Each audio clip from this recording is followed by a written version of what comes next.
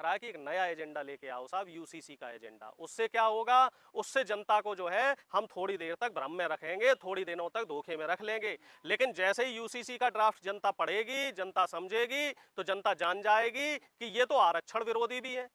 इतना मुसलमान सरकारी नौकरी में है और आरक्षण का लाभ मुसलमानों को कहाँ मिल रहा है? धर्म के नाम पे तो हमारे देश में आरक्षण है ही नहीं। आरक्षण का लाभ किसे मिल रहा है? दलित को। अरे साहब आप एक देख लो, आरक्षण का लाभ तो साहब दलित, शोषित और आदिवासी को मिल रहा है, उसका आप लाभ खत्म कर दोगे। आरक्षण का जो लाभ है जिसे मिल रहा है वो लाभ खत्म कर दोगे। देश की एकता अखंडता से दिक्कत है, वो पाकिस्तान चले जाए, वो अफगानिस्तान चले जाए, वो चीन चले जाए, वो भूटान चले जाए, वो नेपाल चले जाए, हमारा देश संविधान से चलेगा, हमारा देश लोकतंत्र से चलेगा, बीजेपी के चंद लोगों के कहने से नहीं चलेगा। तो मुसलमानों के साथ पाकिस्तान जाएंगे आप? मैं आपसे क्या कह रहा हूँ कि जिन्हें दिक्कत है संविधान से, जिन्हें दिक्कत है संविधान से, ये देश हमारा है, ये देश बीजेपी के लोगों का नहीं है। जिन्हें इस देश में संविधान से दिक्कत है वो लोग ये देश छोड़ के चले जाएं। चंद मुट्ठी भर लोग हमारी तकदीर का फैसला करने वाले नहीं होते हैं कि साहब इन्हें दिक्कत है तो वहां चले जाएं, उन्हें दिक्कत है तो वहां चले जाएं। दिक्कत इन लोगों को है ना, तो इन्हें हम पाकिस्तान भेजेंगे। देश की सच्चाई सच छुपने नहीं देंगे। चश्मा ही हमें नहीं समझ में आता कि कौन से चश्मा से ये बीजेपी के लोग देखते हैं। प्रधानमंत्री जी मणिपुर पे बोलने को तैयार नहीं है, प्रधानमंत्री जी जो है पहलवानों पे भी बोलने को तैयार नहीं है। प्रधानमंत्री जी बोलेंगे सिर्फ यूसीसी पे, यूनिफॉर्म सिविल कोड पे बोलेंगे। क्यों बोलेंगे? क्योंकि यहाँ बाकी जो एजेंडे हैं उन एजेंडों में ये घिर चुके हैं, उन मुद्दों में ये घिर चुके हैं। महंगाई, बेरोजगारी, भ्रष्टाचार, किसानों की समस्या, इसमें प्रधानमंत्री जी पूरी तरीके से फेल हो चुके हैं। तो अब प्रधानमंत्री को दिख रहा है कि एक नया एजेंडा लेके आओ साहब, यूसीसी का एजेंडा। उससे क्या होगा, उससे जनता को जो है हम थोड़ी देर तक भ्रम में रखेंगे, थोड़ी दिनों तक धोखे में रख लेंगे, लेकिन जैसे ही यूसीसी का ड्राफ्ट जनता पढ़ेगी, जनता समझेगी, तो जनता जान जाएगी कि ये तो आरक्षण विरोधी भी है। यूसीसी लगने का मतलब है जो आदिवासियों को विशेष अधिकार दिए हैं, जो सिखों को विशेष अधिकार दिए हैं, जो जैनियों को विशेष अधिकार दिए हैं, वो सारे अधिकार खत्म हो जाएंगे। मुसलमानों को तो कोई दिक्कत नहीं है। ये बताओ कितना मुसलमान सरकारी नौकरी में है और आरक्षण का लाभ मुसलमानों को कहाँ मिल रहा है? धर्म के नाम पे तो हमारे देश में आरक्षण है ही नहीं। आरक्षण का लाभ किसे मिल रहा है? दलित को। अरे साहब आप एक देख लो, आरक्षण का लाभ तो साहब दलित, शोषित और आदिवासी को मिल रहा है, उसका आप लाभ खत्म कर दोगे। आरक्षण का जो लाभ है जिसे मिल रहा है वो लाभ खत्म कर दोगे आप।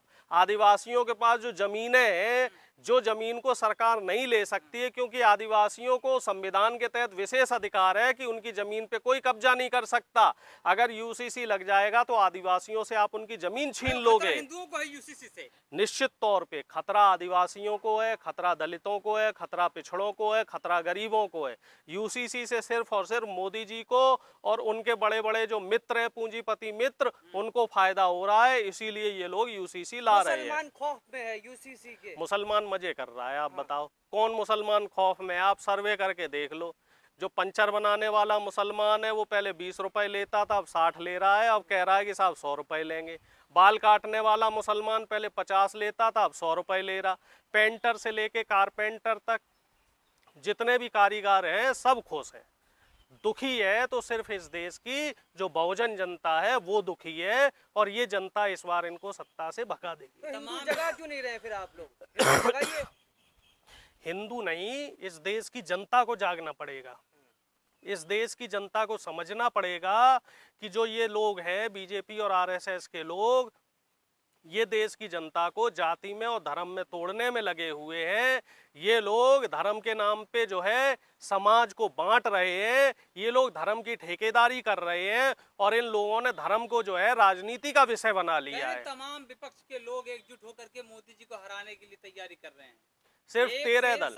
एक बात बताओ, सिर्फ 13 दल है जो विपक्ष में है, और मोदी जी के साथ कितने दल हैं? 40 से ज्यादा दलों का गठबंधन है, जिसमें से 25 दल ऐसे हैं जिनके पास अभी जो है 1 या 2 सीटें हैं विधानसभा की। तो पहले अपना घर देखिए कहते हैं ना कि जिनके खुद के घर शीशे के हों वो दूसरों के यहाँ जो है पत्थर नहीं फेंका करते। पहले मोदी जी अपना घर देखें कि आप कितने दलों के दलदलों में घुसे हुए हैं, कितनी राजनीतिक पार्टियां आपने खत्म कर दी हैं, कितनी राजनीतिक पार्टियां आपने तोड़ दी हैं। और आपके राष्ट्रीय अध्यक्ष नड्डा जी क्या कहते हैं कि आने वाले समय में सारी क्षेत्रीय पार्टी खत्म हो जाएंगी, सिर्फ एक पार्टी बचेगी, बीजेपी बचेगी। ये क्षेत्रीय दलों को खत्म करने के चक्कर में विपक्ष एकजुट हो रहे हैं अपने परिवार को बचाने के लिए, और मोदी जी आप देश को मुझे बचाना ये चाहते हैं। बताइए बीजेपी में कौन सा ऐसा नेता है, एक नेता का नाम बता दीजिए जिसका बेटा या बेटी है और वो राजनीति में नहीं है। नरेंद्र मोदी। बेटा या बेटी जिसका है। नरेंद्र मोदी ने तो शादी करने के बाद अपनी पत्नी को अपने साथ नहीं रखा, हालांकि ये उनका निजी मामला है, लेकिन जिनका पुत्र या पुत्री है और अगर वो राजनीति में नहीं है तो मुझे आप वो एक नाम बता दीजिए। राजनाथ सिंह उनका पुत्र है, अनुराग सिंह किसके पुत्र थे, यशवंत सिन्हा के पुत्र हैं। लिस्ट उठा के देख लीजिए आप, जितने नेता हैं उनके बेटा बेटी। अमित शाह के पुत्र को देख लो, साहब बीसीसीआई के सेक्रेटरी बने बैठे हैं। काबिल आदमी है तभी तो बने हैं। तो एक बात बताइए, जब बीजेपी में परिवारवाद हो रहा है और वो काबिलियत के आधार पे है तो ये दोहरे पैमाने क्यों? विपक्ष अगर परिवारवाद कर रहा है तो वो काबिलियत के आधार पे नहीं हो रहा है। देखिए साहब, राजनीति में परिवारवाद को आप खत्म नहीं कर सकते। हाँ, जो आदमी अच्छा है, जो आदमी सच्चा है, उसको आप वोट दीजिए, क्योंकि फाइनली जनता ही डिसाइड करती है कि हमें कैसा प्रतिनिधि चाहिए, हमें कैसा विधायक चाहिए, हमें कैसा सांसद चाहिए। बीजेपी समर्थक कह रहे हैं जिन्हें यूसीसी से दिक्कत है पाकिस्तान चले जाए। भाई, मैं बीजेपी के लोगों से ये कह रहा हूं जिसे संविधान से दिक्कत है, जिसे देश में देश की एकता अखंडता से दिक्कत है, वो पाकिस्तान चले जाएं, वो अफगानिस्तान चले जाएं, वो चीन चले जाएं, वो भूटान चले जाएं, वो नेपाल चले जाएं। हमारा देश संविधान से चलेगा, हमारा देश लोकतंत्र से चलेगा, बीजेपी के चंद लोगों के कहने से नहीं चलेगा। तो मुसलमानों के साथ पाकिस्तान जाएंगे आप? मैं आपसे क्या कह रहा हूं कि जिन्हें दिक्कत है संविधान से, जिन्हें दिक्कत है संविधान से, ये देश हमारा है, ये देश बीजेपी के लोगों का नहीं है। जिन्हें इस देश में संविधान से दिक्कत है वो लोग ये देश छोड़ के चले जाएं। चंद मुट्ठी भर लोग हमारी तकदीर का फैसला करने वाले नहीं होते हैं कि साहब इन्हें दिक्कत है तो वहाँ चले जाएं, उन्हें दिक्कत है तो वहाँ चले जाएं। दिक्कत इन लोगों को है ना, तो इन्हें हम पाकिस्तान भेजेंगे। कैसे हरा पाएंगे मोदी जी को 2024? अरे मोदी जी कहीं रेस में ही नहीं है, आप क्या बात कर रहे हो? मोदी जी कहीं रेस में ही नहीं है। आप देख लीजिएगा, अभी अक्टूबर नवंबर में चुनाव होने दीजिएगा, मोदी जी की बत्ती गुल होने वाली है, मोदी जी गायब होने वाले हैं। मोदी जी राहुल गांधी जी धान नहीं बो रहे हैं, राहुल गांधी जी मोदी जी की विदाई का रास्ता बो रहे हैं, विदाई का रास्ता तय कर रहे हैं। ये धान नहीं बोए जा रहे हैं। ये बताया जा रहा है कि राहुल गांधी जी के साथ इस देश का किसान है, इस देश का मजदूर है, इस देश का कामगार है, इस देश की माताएं हैं, इस देश की बहनें, सभी वर्गों का समर्थन राहुल जी को मिल रहा है।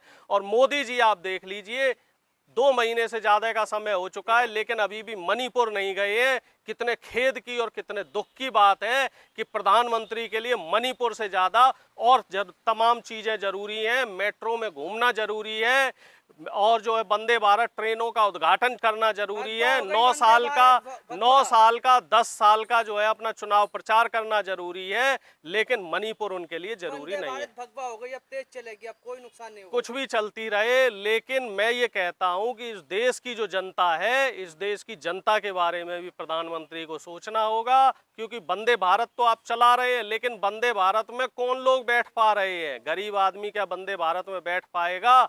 जिस हिसाब से आपने बेतहाशा ट्रेनों का किराया बढ़ाया है, गरीब आदमी की पहुंच से भारतीय रेल दूर होती जा रही है। और रेल का एक वीडियो तो कल वायरल हो रहा था जहां जवान धक्का दे रहे थे रेल को चलाने के लिए। तो ऐसी स्थिति हमारे देश में है। हमें ऐसी स्थिति नहीं चाहिए, हमें ऐसा देश नहीं चाहिए, हमें ऐसा प्रधानमंत्री नहीं चाहिए। हमें वही पुरानी वाली सरकार चाहिए जो जनता के लिए काम करती थी और खोखले प्रचार नहीं करती थी।